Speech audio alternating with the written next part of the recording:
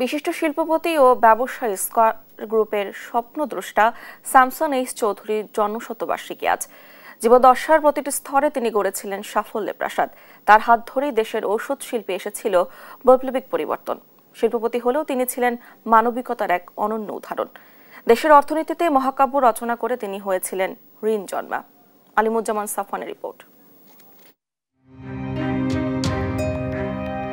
Samson H Chowdhury দেশের শিল্প খাতে উজ্জ্বল এক নক্ষত্রের নাম, যিনি একজন সফল উদ্যোক্তা হিসেবে আলো ছড়িয়েছেন শিল্প খাতে, যার জীবনকর্ম অর্থনৈতিক ইতিহাসের বাঁক বদলে সূচনা করেছে অনুপ্রেরণার এক নতুন অধ্যায়।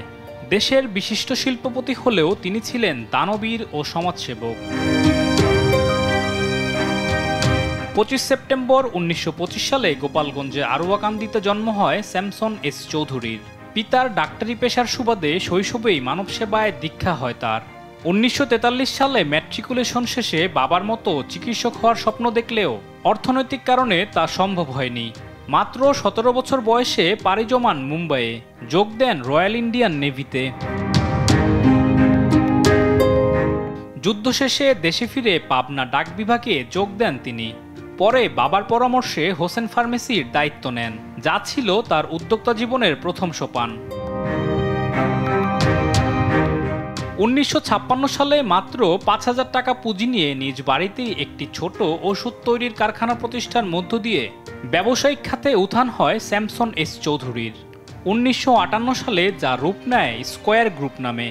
পরবর্তীতে 1985 সালে দেশের সব বহুজাতিক কোম্পানিকে পেছনে ফেলে স্কয়ার ফার্মাসিউটিক্যালস দেশসেরা হয়ে ওঠে।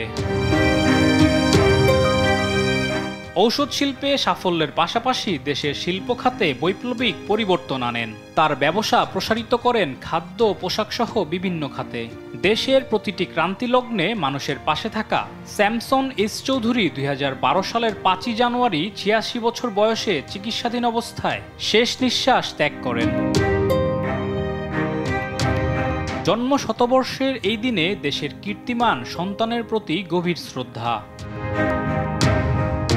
আলিমুজ্জামান সাফওয়ান, দেশ টিভি, ঢাকা।